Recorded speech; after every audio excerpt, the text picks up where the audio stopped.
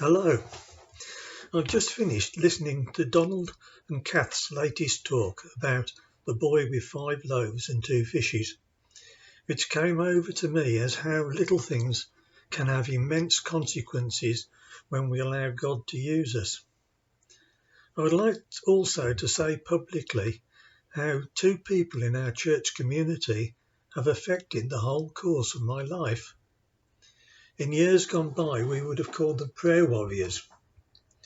I didn't know them before my baptism at the beginning of 1987, but the woman was among those who welcomed me immediately after I was dunked, and I was impressed by her words. "We have been praying for you for a long time." At the time, I was just starting the 5th year of 6 of an Open University degree course, and I was faced with a dilemma.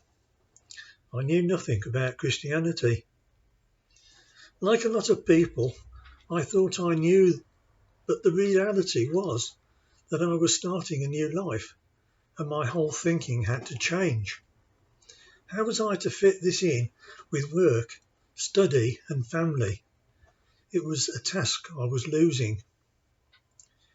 In early July, we went on holiday to Borth in mid-Wales, where I felt drawn to a local church sitting on a low hillock in the dunes behind the town. Eventually I found my way there and opened an unlocked door to an empty building and saw a huge Bible on the back of an eagle-shaped lectern. Impressed, I looked at it, and it was open at Matthew 6 verse 33. "Seek first his kingdom and righteousness, and all these things will be given to you as well." Needless to say, I had no concept of how God speaks to us. The words just stuck in my memory. A few weeks later, I shared my dilemma with a men's group, among whom was the woman's husband. After prayer, he gave me a verse: "Seek first his kingdom and his righteousness." I began to take an interest. A few more weeks later, in church, the same verse was read out. Now, I'd never heard it before in church, nor since. After 3 goes, I got the message, and I felt very peaceful about stopping the university work there and then, so that I could concentrate on learning more about what I got myself into.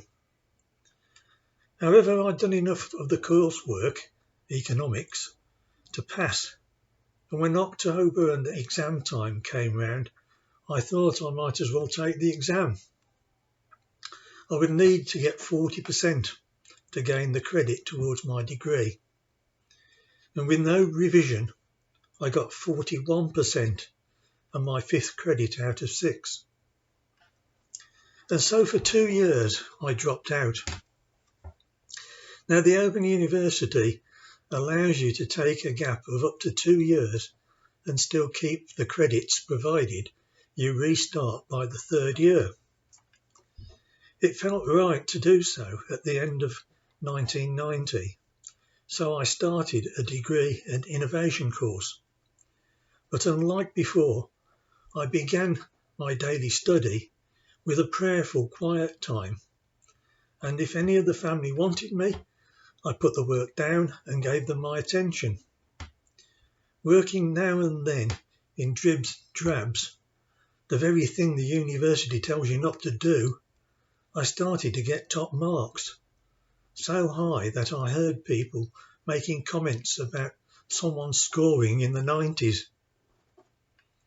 I went on to gain a 2-1 honours degree at the end of 92. If this sounds to you like boasting, then let me draw your attention to the 2nd verse of "When I Survey the Wondrous Cross."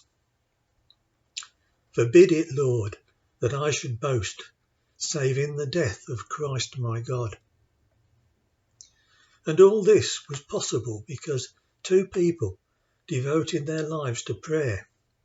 Prayer which started the process of making me who I am today. I don't think I'll ever thank them. Their names? Roger and Dawn Beasley. Thank you.